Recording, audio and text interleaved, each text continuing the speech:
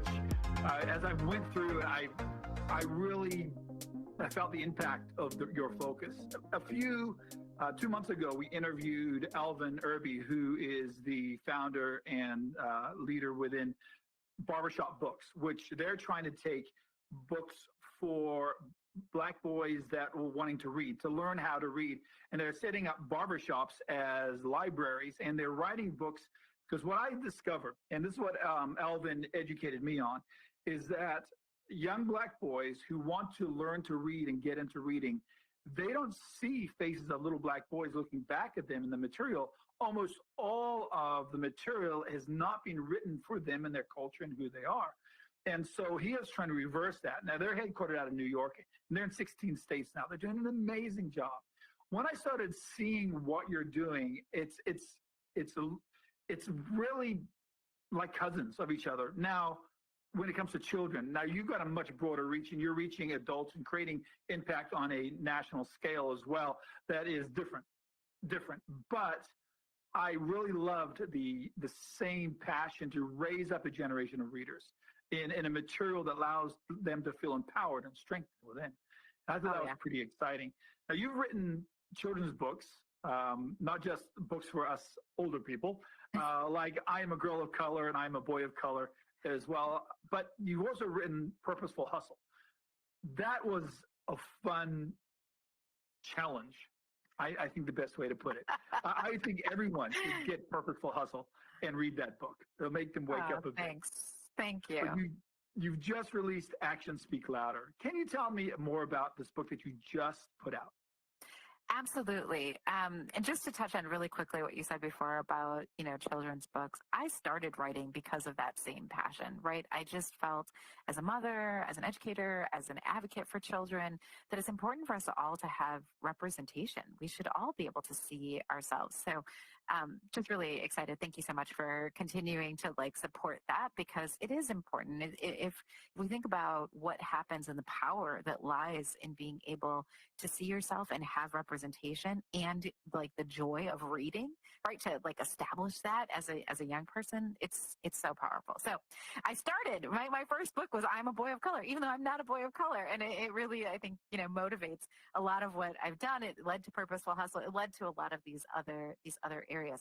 But Actions Speak Louder is a book that is coming out with Penguin Random House. It actually comes out May 31st of 2022. So it is available for pre-sale right now. But David, what this came from was what I recognized even through the How to Be an Ally, through our podcast, through, all the consulting work we do all over the world.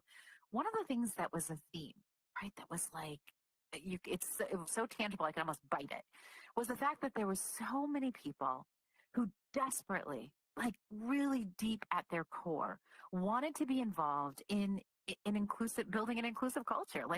They want their colleagues to show up, and they want to be able to show up fully, and they want people to thrive. And there's the desire is so it's palatable, right? You could feel it in the ways that they talked about things and what they were trying to do. But the problem in a lot of these situations was that people didn't know what that meant, right? They could understand it from a theory perspective. Maybe they picked up some of the great books we referenced earlier, and they could understand some of the historical context or the social context. But what does that mean when I go sit down in front of my computer every day? What does that mean when I walk into the office building? What does that mean when I'm talking to a colleague or a potential supporter or a board member? What am I doing differently?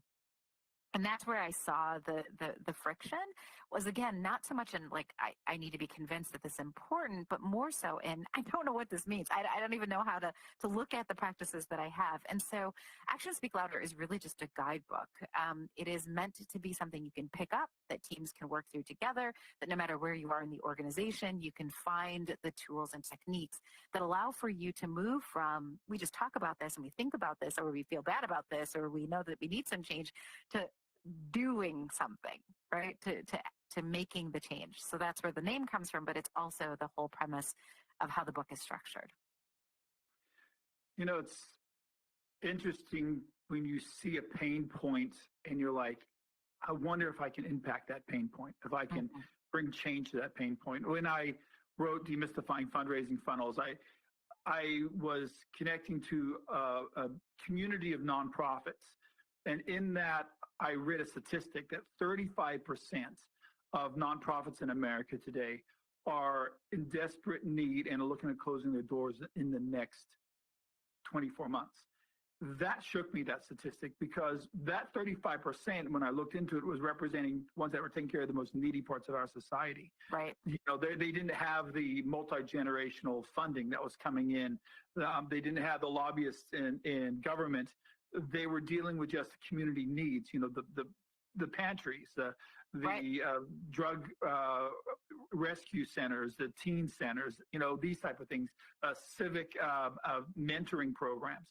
And I was like, I need to find a way to help them learn that revenue is online and how to tap that. And that's what became the passion behind why I wrote Demystifying Fundraising Funnels, because so much of that world has trigger words that scare nonprofits. Right. When I look at what you're doing, you've really tapped into some real pain points in society and trying to help people elevate above them.